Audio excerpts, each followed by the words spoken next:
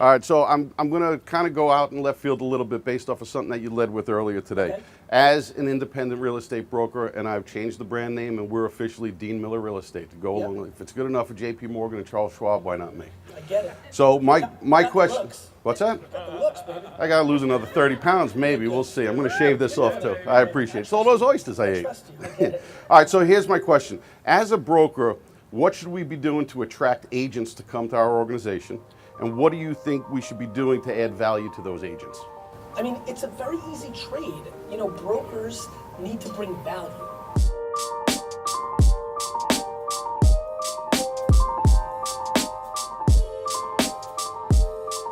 Agents have different things that they value. Some agent literally might switch tomorrow because you took the commission from 30 to 29. That was the value. They wanted the 1 point back. Somebody else might just like you because you're nicer and the brokerage that they work has got negativity in it.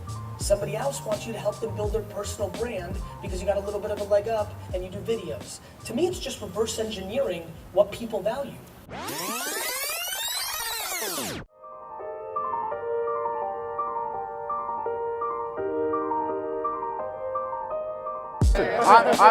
One of my favorite lines in the world, I use it at least once a week, is when the teacher appears when the student is ready. And I don't think you have to pay $250,000 to go sit down for a 4-year education.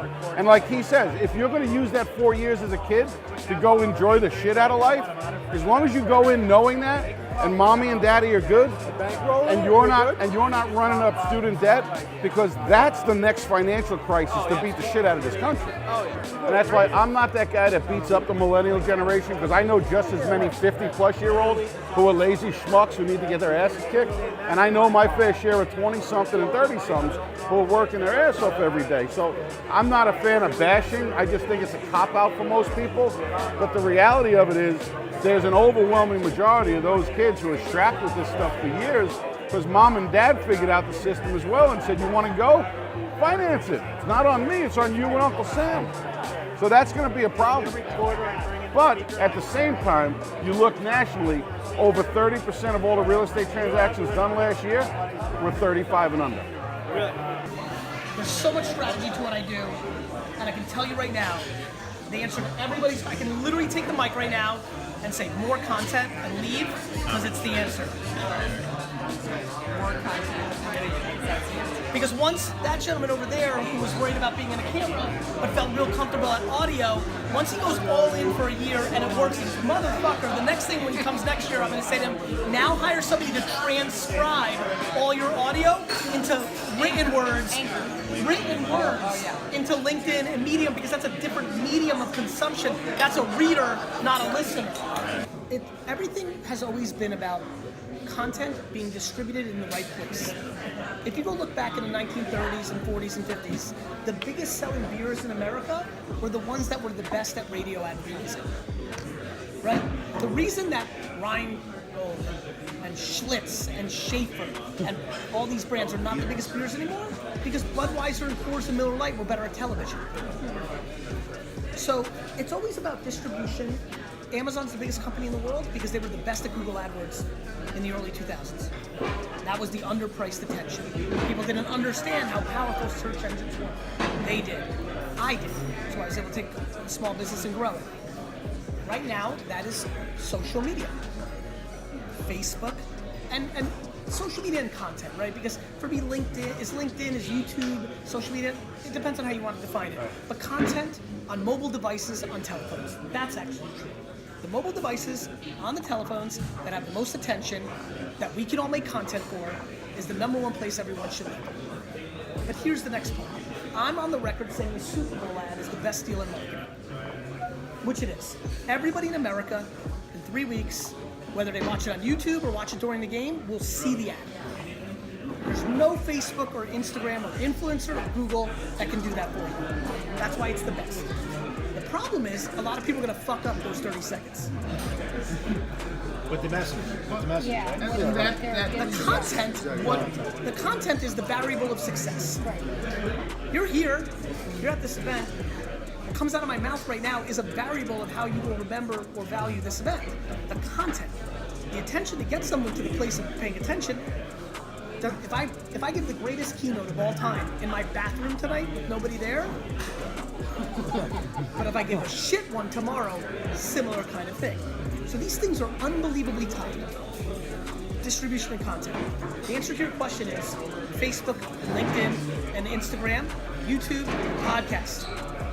The execution of what you put inside of it is the difference between growing 3% and 4,000.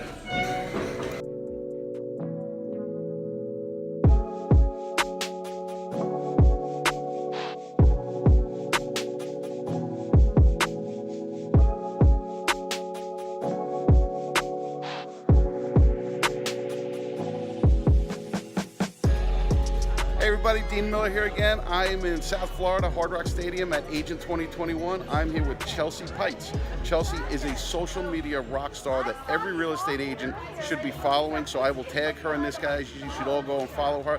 But Chelsea, give me a little insight. What should real estate agents on Long Island be doing to get out of that fear and get comfortable doing something with social media? Yes, so if you're very fearful of the camera, this right here, which I know can be intimidating, I want you to think about how you can strategically and intentionally comment on your sphere, on your past clients, on local businesses, and spend 10 minutes a day, Monday through Friday, actually going and commenting on their posts, engaging in conversations, sending a direct message, and being more personable. Now, eventually, you're gonna actually have to make some content.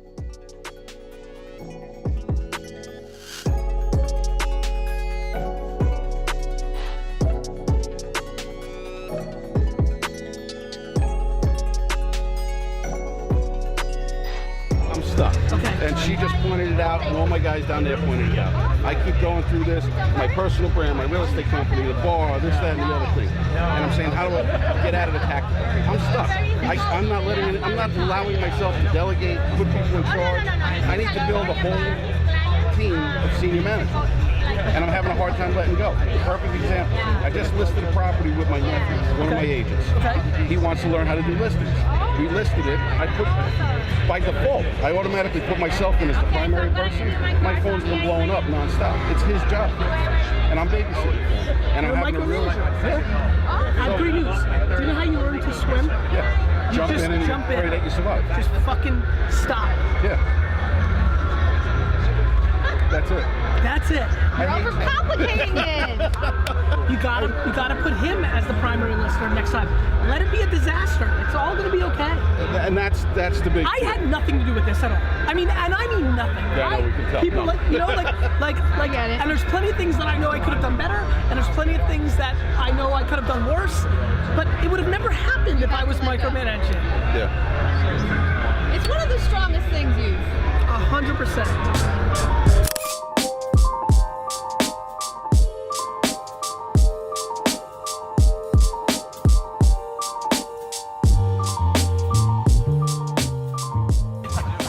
Hey everybody, Dean Miller here again. I am at Agent 2021 down in South Florida, and today I am with Chief Creative Officer from VaynerMedia, Steve Babcock. And we're always talking about content creation. Who better to give us a little bit of advice on how to create content but a guy who does it for one of the biggest and best companies in the world.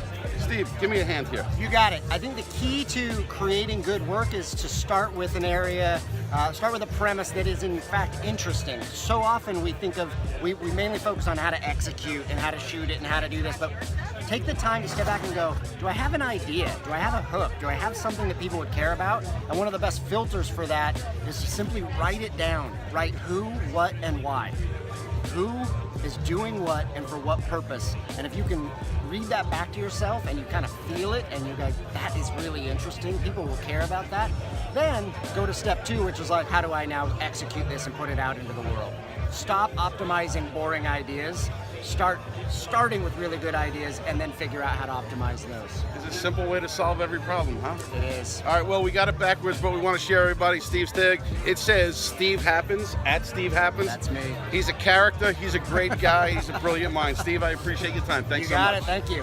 We're super excited. One of the things I noticed about Dean is one, he's very forward on social media, very proactive on video, great polish. But I noticed one of the things that you shared recently was that you're developing a contribution-based business model. You mind kind of sharing what that is, and what was behind that, and what Yeah, that not means at to you, all. and where it's going? So it's kind of a long story, but I'll try to make it as short as possible. I've evolved into an independent brokerage, and we recently just changed our name from Miller Realty Group of Long Island, really long like the island, to just Dean Miller Real Estate. And I was convinced that it was the right way to go because, hey, if Charles Schwab could do it and JP Morgan could do it, why can't I?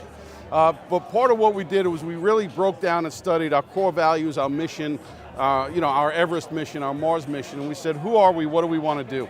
And we looked at it and we said, we want to have a positive impact on the lives of 10,000 families over the next 10 years. And that's kind of a massive undertaking. And the initial conversations always came from, well, you got some nerve thinking you can do 1,000 transactions a year. And I looked at that and stepped back and said, well, A, I think anything's possible. Please don't tell me I can't do something. But B, we're not just looking at it from a position of selling houses for buyers and sellers. Right. I've always had an affection with people in the military. I never had the chance to serve. I had bum knees coming out of high school, and I wussed out and didn't go back and try again. But my dad was in the Marine Corps. My grandfather served in World War Mine II. too. My uncle served in World War II. I've got cousins and nieces and nephews who are serving over in the Middle East right now. And I have this major issue where it really pisses me off, the fact that there's even a single homeless veteran in this country. So we looked at it and said, our 1,000 people a year that we want to have an impact on isn't necessarily just about selling homes. It's helping get military and former military guys off the streets and into houses because they deserve better. And so we're going to sell as much as we can. We're going to contribute a percentage of all the proceeds to one of several organizations we're working with to try to get that strategy. And if we've got to start our own charitable organization to make it work, then we're willing to do that as well. That's awesome. Yeah. All right, where does everybody find you? You can reach me, DeanMillerRealEstate.com. I'm all over social media, Dean Miller Real Estate, or my phone number, the old school way, 516-248-5007. No one's going to call me, but I always got to throw it out there. I got to text you. I got a number that's got multiple zeros in it. They're rare.